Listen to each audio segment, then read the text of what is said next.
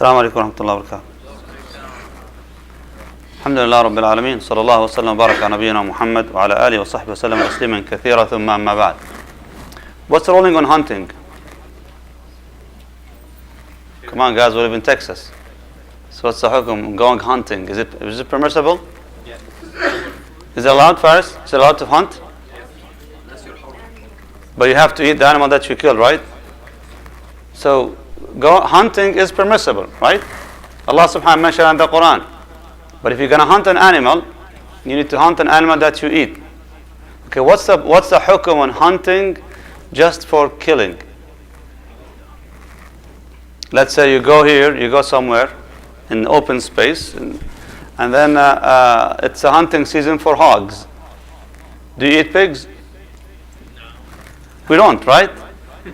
But it's hunting season. It's hunting season right now. Are you allowed to go and exercise your hunting skills on hogs? Ya Jama'ah. But some people there are gonna pick it up and take it with them. Okay, how about hunting people just for the sake of exercise? I mean, people hunting animals, Ya Jama'ah. Hunting animals. We're talking about animals, okay. So how about hunting animals just for exercise? Is that permissible? No. Taking them as targets. Are we allowed even to do that? Let's hear what the Prophet ﷺ said about this.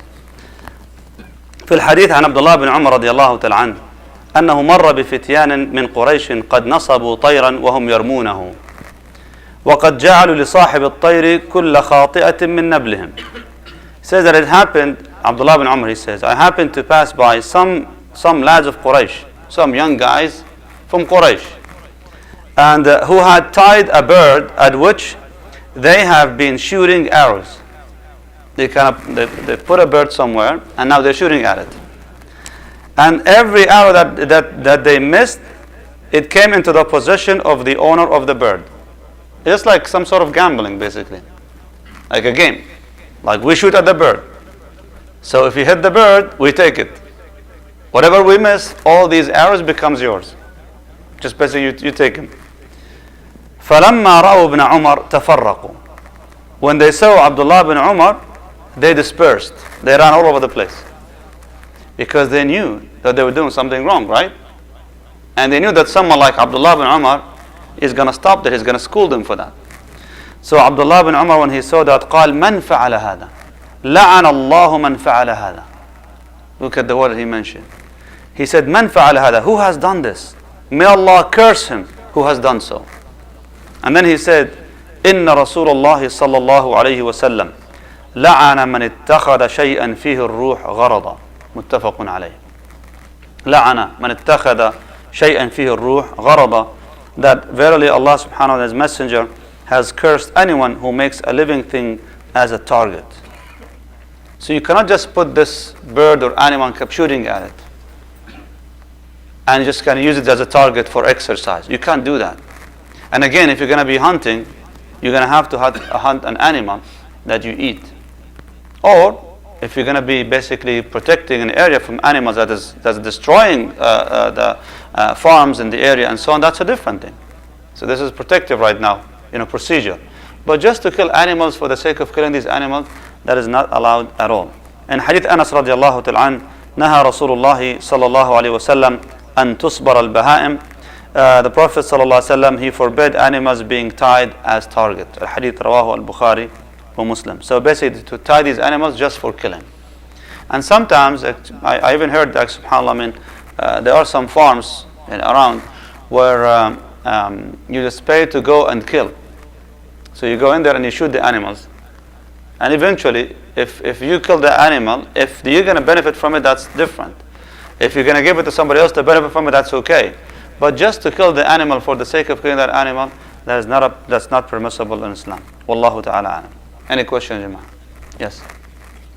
The rules of the Birjas, No. so they don't qualify you for... The rules of the Birjas, they don't qualify for hunting? Like if you wanted to go hunt a cow. Hunting a cow?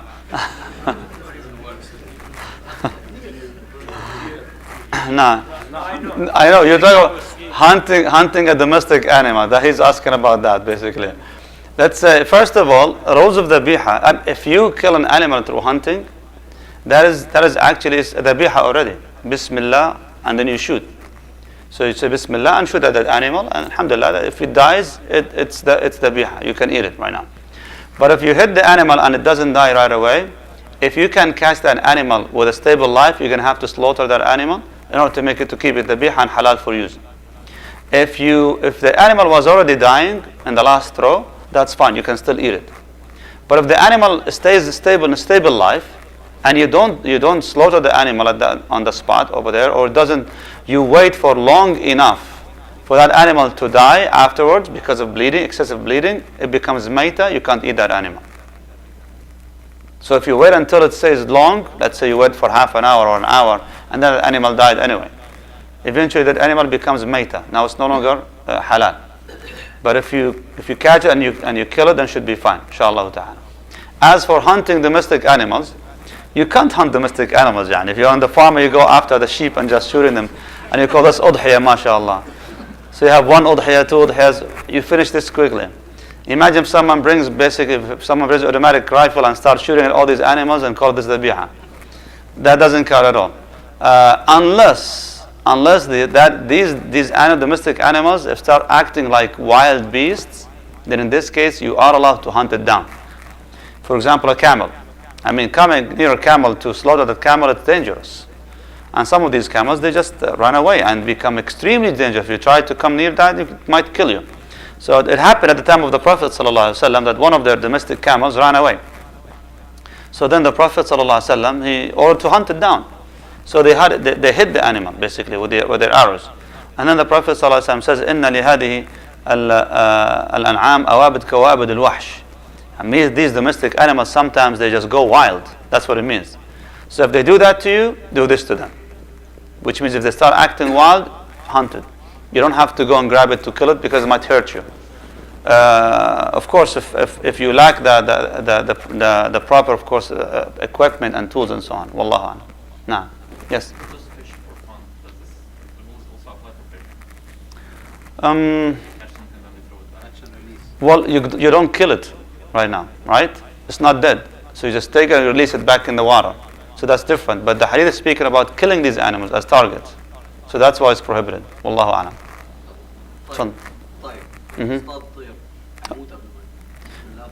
If you shoot a bird basically and comes down, you need to say Bismillah before you shoot. Once you say Bismillah and you shoot it, if it dies, alhamdulillah, khalas, that's it. It's halal. Nah. Is it fine to hunt very small birds even for eating? Because 50 of the birds, very small birds, 50 of the very small birds will not be sufficient for a whole family. So they find that?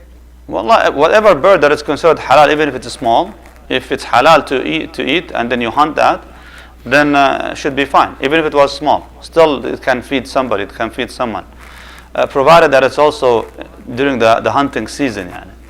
Now don't go illegal and start hunting some of these birds excessively, or even just wild birds. SubhanAllah, the Prophet ﷺ was also careful about the preservation of the natural resources. And the ulama, they say that even in the haram, why you're not allowed to hunt when you're wearing malabis al-ihram? Why you're not allowed to kill the animals, the wild animals and so on? Why is that? Because imagine if every single year when the Hujjaj go to Saudi Arabia today, the Arabian Peninsula, and they were all allowed to hunt the animals in that area, what happens to the natural resources in that area? Completely wiped out. Imagine. And one time the Prophet ﷺ was traveling with some of the Sahaba, and he saw a bird that was eventually kind of flying, and he can tell that was stressed out in kind of like distressed moment. He says, "Man faja'a hadi bi waladiha?" What happened to this bird? Who took the bird, the baby basically, or even the eggs? قالوا يا رسول الله, we wanted to make food for you. He says, no, put it back. So some of the ulama, contemporary ulama, they say this could be an indication to the importance of reservation and preservation of natural resources. These are wild animals, wildlife. So in this case, you need to give it its own, kind of realm and protection. Wallahu a'lam. Now, yes. Can you use hunting dogs, like hounds and so on? The answer is yes, you can. You are allowed to do that. Yeah, بهذا الهاوند بيسموه. So eventually you are allowed to do that. But eventually you might say, what about the saliva? You just wash it. And Allah subhanahu wa ta'ala mentioned in the Quran in Surah Al-Ma'idah. It should be fine. Wallahu a'lam. Tafadhal. Explain that proper cleanliness after if you got licked by a dog or your clothes or your hand. If a dog licks your hand or licks your throat, you just wash it. Just one time. The hadith of washing it 7 times. One of them is with the with dirt or with the detergent and so on. It's only for the utensils. إذا ولغ الكلب في إناء أحدكم, for utensils. But if it licks your leg or your shoes so you don't have to wash it 7 times. One will be sufficient, inshallah ta'ala. Can you enter the masjid if the dog licks your Should be fine. You should be fine. يعني. والله أعلم. سبحانك اللهم وبحمدك أشهد أن لا إله إلا أنت أستغفرك وأتوب إليك. السلام عليكم ورحمة الله وبركاته.